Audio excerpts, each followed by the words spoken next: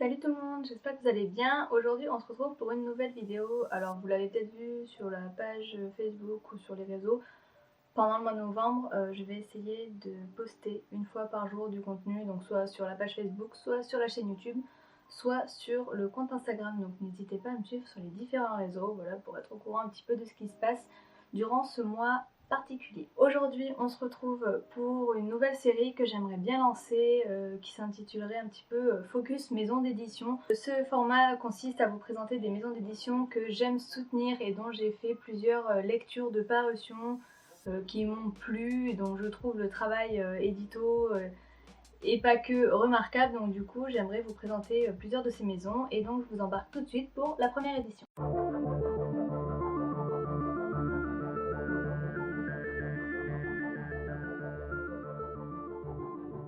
Et donc aujourd'hui on se retrouve pour parler des éditions Noir d'Absinthe, donc je vous mets le logo juste ici et évidemment tous les liens sont en barre d'infos comme d'habitude. Et donc du coup je voulais vous présenter cette maison d'édition avec laquelle je travaille depuis maintenant un peu plus d'1 an au niveau du blog et je trouve que leur travail édito est absolument remarquable, qu'ils ont un engagement envers leur ligne éditoriale et la parution des textes qui est assez originale et j'aimerais bien vous la présenter plus en détail. Donc les éditions Noir d'Absinthe sont une maison d'édition assez récente puisqu'elle va fêter bientôt ses 3 ou 4 ans en janvier 2021. Et c'est une maison d'édition spécialisée dans les genres de l'imaginaire, donc tout ce qui est fantasy, fantastique, science-fiction, avec des penchants souvent vers tout ce qui est sombre, horrifique. D'ailleurs, elle a une collection qui est entièrement dédiée à cet aspect de l'imaginaire. Mais ce qui fait sa particularité, c'est que Noir d'Absinthe est une maison d'édition qui brouille les pistes. Alors là-bas, vous n'aurez pas de livres que l'on peut mettre facilement dans une case. Voilà, tout va être dans le mélange des genres, dans les personnalités fortes des protagonistes, dans une aventure hors du commun. Le manichéisme n'y a pas sa place et ce sont des romans dans lesquels vous retrouverez une multitude de nuances, ce qui donne la part belle à la liberté d'expression et notamment à la défense de la différence et de la tolérance. Noir d'Absinthe assume cette part de folie qu'ils défendent avec ferveur et c'est toujours dans le respect et dans la défense des causes qui lui sont chères. Donc si c'est une ligne éditoriale qui vous plaît, n'hésitez pas à suivre cette vidéo de près et à vous rendre sur le site internet des éditions Noir d'Absinthe. Alors pour les éditions Noir d'Absinthe, vous pouvez retrouver leurs romans directement commandables en librairie, sur le site de la maison d'édition, au format broché ou numérique. Si à ses débuts Noir d'Absinthe se composait essentiellement de son label imaginaire, depuis la maison a souhaité se diversifier puisqu'elle a reçu des textes forts qui n'entraient pas forcément directement dans ses genres et dans ses collections.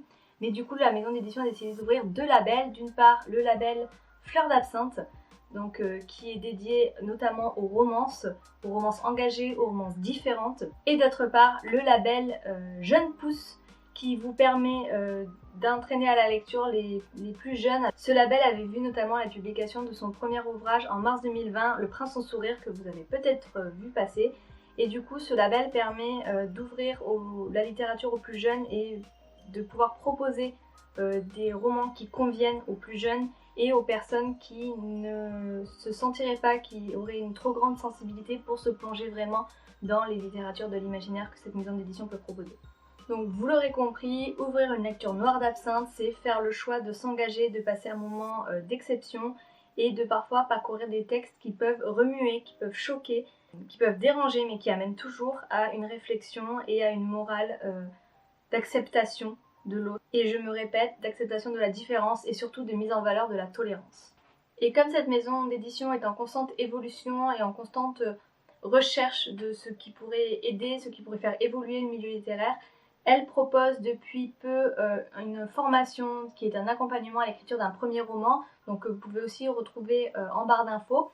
Donc c'est l'éditrice Morgane qui s'occupe de vous suivre dans la rédaction avec des conseils et des vidéos pour pouvoir vous initier à différentes manières de procéder, à différents points de vue et vous éveiller à tout ce que l'art de l'écriture peut vous offrir. Et il y a également un module qui consiste à pouvoir envoyer ses premiers chapitres pour avoir un retour éditorial dessus afin de vous permettre d'orienter votre texte ou de le retravailler en fonction de la vision d'une éditrice. Également plus récemment, Noir d'Absinthe s'est ouvert à l'édition de beaux livres, alors notamment avec Pic de Sel que vous avez peut-être déjà vu passer. Je ne l'ai pas en physique en ma possession, donc je ne peux pas vous montrer la beauté de ces œuvres, mais n'hésitez pas à aller voir directement sur le site l'ouvrage qui est illustré. Il y a eu évidemment l'album Le Prince sans sourire, donc qui a été illustré et plus récemment, lors de la campagne Ulule de mars, Noir d'Absinthe a pu financer l'édition d'un très bel ouvrage, donc Asphodèle, en version collector avec du simili-cuir, du vernis sélectif, des illustrations intérieures.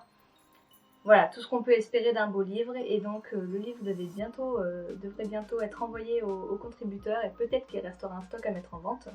Mais ça, je vous invite à suivre les réseaux sociaux de la maison d'édition pour vous tenir au courant des dernières nouveautés. Donc vous l'aurez compris, Noir d'Absinthe est une belle maison d'édition où chaque élément de la chaîne du livre est représenté et estimé à sa juste valeur. Et donc maintenant passons aux choses concrètes, j'aimerais vous présenter les œuvres de cette maison d'édition qui sont dans ma bibliothèque. Alors ici je vais vous présenter plus en détail les romans que j'ai au format papier, mais j'en ai lu également beaucoup au format numérique, dont je vous laisse les chroniques en barre d'informations. Donc il y a eu entre autres Marraine d'Émilie Chevalier-Moreau que j'ai trouvé excellent. Il y a eu Le Prince sans sourire que j'ai eu l'occasion également de découvrir au format numérique.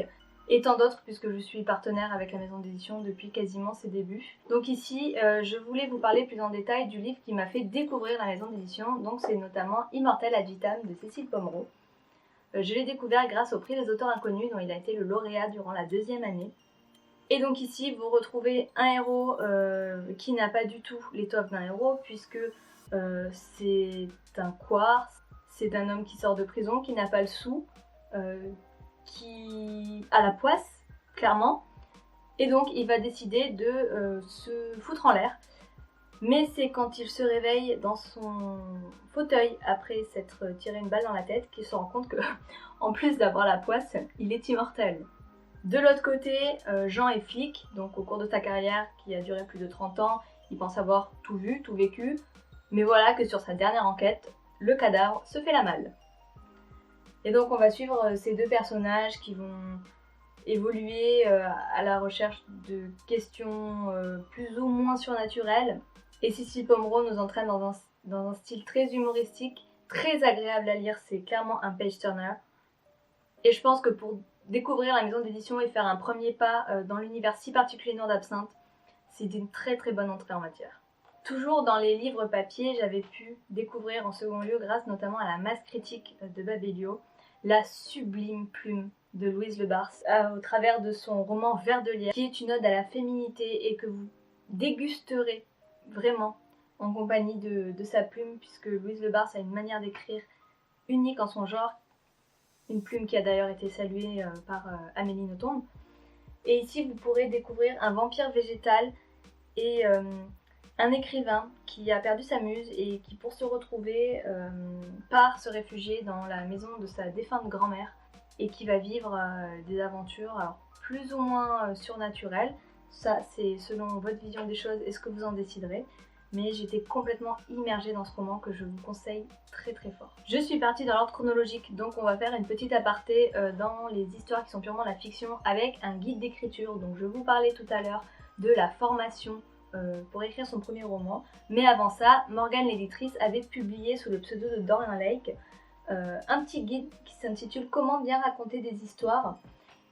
Et ce guide m'a permis tout simplement de poser un point final à mon premier roman. Voilà, alors ce n'est pas un guide qui vous expliquera comment faire en vous donnant des méthodes, en vous disant oui, alors il faut passer par là, il faut faire ci, il faut faire ça. Non, Morgane ici vous indique voilà, qu'il y a différents chemins. Elle vous les montre. Elle vous donne des conseils sur chacun des chemins, mais à la fin, elle vous indique bien que c'est à vous de trouver votre chemin. Et vraiment, les conseils et les interventions des autres auteurs sont très très pertinents. Et elle va même plus loin en vous indiquant le fonctionnement du monde de l'édition, donc au travers des différents types de maisons d'édition, ou alors le choix de l'auto-édition. Il y a tout un chapitre sur comment mettre en page un roman, sur comment le présenter aux éditeurs. Vraiment, c'est un guide très complet qui vient en supplément de la formation et qui pourra sûrement aider bon nombre d'entre vous. Donc si jamais vous souhaitez vous lancer, si vous avez du mal à écrire votre premier roman, si une formation est trop onéreuse pour vous, penchez-vous sur ce guide parce que je suis sûre qu'il pourra vous aider. Beaucoup plus récemment, j'ai pu découvrir au début de l'été le recueil Noir, donc fait la part belle au roman noir. Et on retrouve ici donc une des caractéristiques dont je n'ai peut-être pas beaucoup parlé avant dans la vidéo, mais c'est le travail éditorial, avec ces pages mises en valeur par une tranche noire, des premières pages de nouvelles, voilà, très travaillées pour correspondre au mieux à l'ambiance du roman. Donc ici nous suivons 13 auteurs qui ont écrit autour du roman noir, qui fait partie des appels à texte que la maison d'édition organise régulièrement. Et c'est vraiment un recueil à découvrir pour tous ceux qui aiment les ambiances un petit peu sombres, où la lumière a du mal à faire sa place. Vraiment, je vous recommande ce recueil. Et enfin, il est tout juste sorti, pas encore officiellement en version collector, et il fait beaucoup parler de lui. Je vous présente Asphodèle, donc c'est le dernier roman des éditions Noir d'Absinthe que j'ai lu, de Louise Le Bars, illustré cette fois par Floquera. Alors ici, au niveau des illustrations, vous aurez des illustrations internes, voilà, qui ponctuent régulièrement le roman. Donc même la version brochée est en soi une très belle édition. Ce roman est très engagé, il est aussi assez dur à lire, il aborde des thématiques que les plus sensibles n'apprécieront peut-être pas suivre. Donc voilà, il comporte quelques trigger warnings, hein. Je ne sais pas si vous voulez aller faire un tour sur le site de la maison d'édition ou me demander des précisions en ce qui concerne les thématiques abordées, mais ce n'est pas un roman à mettre entre toutes les mains. Cependant, on y retrouve la sublime plume de Louise Le Bars, qui est toujours aussi délicieuse. Et ici, on va suivre Asphodèle, donc un vampire, à travers sa vie, à travers sa rencontre avec cette femme. Et on se met dans la tête d'un monstre vampirique, donc on revient aux origines vraiment de ce qu'est le vampire. Et donc on va suivre ce vampire à travers sa vie, à travers ses rencontres, et à travers son passé, du pourquoi il agit ainsi. Et suivre sa rencontre notamment avec une femme en particulier. Alors, je vous disais avant que ça coupe que ce roman aborde des thématiques qui ne sont pas à mettre entre toutes les mains, mais que si vous vous sentez capable d'entrer dans la noirceur et vraiment dans l'horreur des pensées d'un monstre, au travers d'une plume absolument délicieuse et d'illustrations qui ne feront que vous immerger davantage dans l'histoire, je pense que ce roman est fait pour vous. Donc jusqu'ici, on a beaucoup parlé du label Noir d'Absinthe parce que c'est mon genre de prédilection, hein, l'imaginaire. J'ai évoqué Pousse d'Absinthe pour les jeunes pousses, mais il y a également le label Fleur d'Absinthe, dans lequel j'ai notamment pu découvrir récemment 10 minutes de Morgane, l'éditrice, et que j'ai adoré contre toute attente, puisque la romance et moi, ça fait deux. Et donc j'ai ensuite à découvrir dans ce label le roman Sextape, donc toujours de Morgane, publié sous le pseudonyme mythique de Dorian Lake, mais qui vient d'être réédité sous son nom d'autrice. Et donc ici encore, alors je n'ai pas tous les résumés en tête, mais je souhaite vous présenter les romans un par un, parce que déjà les couvertures sont magnifiques, et puis comme ça je peux vous donner quelques grandes thématiques abordées dans chaque roman. Alors ici on va suivre une jeune femme qui s'appelle Alice, qui va voir une de ses sextapes publiée sur les réseaux, je présume, puisque je n'ai pas encore lu le roman. Et puis elle va rencontrer une agent en communication qui va l'aider à surmonter cette catastrophe et à la transformer en opportunité. Donc j'ai hâte de lire ce roman pour découvrir ce qu'il en est. On reste dans de la romance plus érotique avec L'espion de la reine, toujours de Morgane, et ici on va se trouver à Versailles. Donc alors je n'en sais pas beaucoup plus parce que de l'historique il m'en faut pas davantage pour tenter l'aventure. Je veux vraiment plonger dans ce roman en totale découverte. Bon, sans transition supplémentaire, enfin c'est une petite puisqu'on reste toujours chez la même autrice, mais on change de label puisqu'on revient dans le label des éditions Noir d'Absinthe. J'ai dans ma pile à lire le premier tome de Isulka la mageresse, donc tome 1, La pierre d'Isis. Je n'en sais pas beaucoup plus, sauf le fait qu'Isulka est une mageresse qui est endettée, qui donne des spectacles de magie pour s'en sortir. Et puis un jour, elle va être recrutée pour subtiliser un bijou, et elle va se rendre compte que ce bijou a bien plus de valeur que ce qu'il ne laisse penser. Et donc ici, je suppose que c'est une course-poursuite, une enquête avec un petit peu de surnaturel au milieu, donc ça vaut le coup de tenter l'aventure. Si on reste dans les premières publications de Noir d'Absinthe que je n'ai malheureusement toujours pas lues, il faut vraiment que je passe la seconde sur les lectures, je peux vous présenter le premier tome de Sorcière de chair de Sarah Bushman. Donc ici on retrouve un récit assez cru où les sorcières, ce qu'on appelle les sorcières de chair, ont disparu, sauf qu'il y en a une qui ressurgit plusieurs années après que l'on pense cette espèce disparue. Et apparemment le langage est assez cru, les scènes sont assez explicites. Donc il faut avoir le cœur quand même bien accroché pour lire ce roman. Mais je vous le présente puisque le deuxième tome sort à la fin du mois. Donc voilà pour tous ceux qui attendent la suite avec impatience, puisqu'apparemment vous êtes beaucoup. Et donc je vais me dépêcher de lire ce premier tome. Encore une relique de ma palle, mais cette fois il s'agit de Anoran de Cyrielle Bandura, donc toujours d'édition Noir d'Absinthe. Ici on va suivre Célène qui vit dans un monde où en fait les femmes, ce sont les femmes qui défendent la société. Et donc elle va intégrer l'académie pour être formée à la défense de cette société, sauf que Célène ne veut pas y aller. Et je me suis arrêtée là pour le résumer. Donc alors sur la couverture, je suppose qu'il y aura des dragons dans l'histoire. Mais pareil, le deuxième tome est prévu prochainement, donc il faut que je rattrape mon retard. J'enchaîne avec tout ce qui est un petit peu plus space opéra, science-fiction. Donc alors dans les sorties les plus anciennes, j'avais acheté Éternelle Odyssée de A.F. Lune, donc c'était à Livre Paris il me semble. J'ai tout simplement craqué sur la couverture et donc on va se situer ici dans l'espace, avec un vaisseau qui va se poser d'une manière inattendue sur une planète inconnue. Et ils vont découvrir une civilisation, donc la rencontre, le choc entre les civilisations et toute cette thématique a l'air fort intéressant ici. Et enfin, parmi les très nombreuses sorties qui me tentent beaucoup chez Noir d'Absinthe et que je n'ai pas encore acheté, il me reste à vous présenter Splint Cities, donc qui est beaucoup plus récent, de Gillian Bruce. Ici, on se trouve vraiment dans la thématique de la science-fiction. Donc ce roman est sorti fin août, donc il est beaucoup plus récent que tous les autres que j'ai pu vous présenter. Et donc on va se situer dans une ville, je suppose dans un futur plus ou moins proche. Alors je vous avoue, je n'en sais pas beaucoup plus, parce qu'en général, avec Noir d'Absinthe, je craque à la couverture. Et je sais de toute façon que je serai transportée par l'histoire. Et donc on se trouve donc dans une ville où deux jeunes femmes vont se rencontrer, et puis on va suivre les bas-fonds et les complots, avec notamment la promesse d'une révolte. Et voilà, c'est tout pour ce focus sur les maisons d'édition, les livres que j'ai lus, les livres qui sont dans ma palle ou les livres que je vous recommande. D'ailleurs, si vous êtes plus romance, parce que je n'ai pas beaucoup parlé de ce label, puisque c'est moins mon genre de lecture, je vous recommande aussi La fille qui danse. Et la dernière sortie, alors je suis désolée si je prononce très mal le titre, parce que je ne sais pas comment prononcer le nom. Donc il s'agit de La captive de Dunkestal.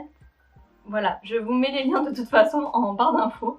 Donc j'espère que ce format de vidéo vous plaît. N'hésitez pas à me dire en commentaire les maisons d'édition que vous voudriez que je présente. Est-ce que vous voulez que je vous fasse peut-être un bookshelf tour pour que vous puissiez ensuite me dire quel livre vous intéresse, que je puisse vous faire un retour plus précis sur ces livres en vidéo. Donc voilà, n'hésitez pas à échanger dans les commentaires pour me dire ce que vous attendez dans les prochaines vidéos. Puis moi je vous retrouve très très vite pour, pourquoi pas, le focus des maisons d'édition suivant. Bye. Il n'y a pas de main... Voilà.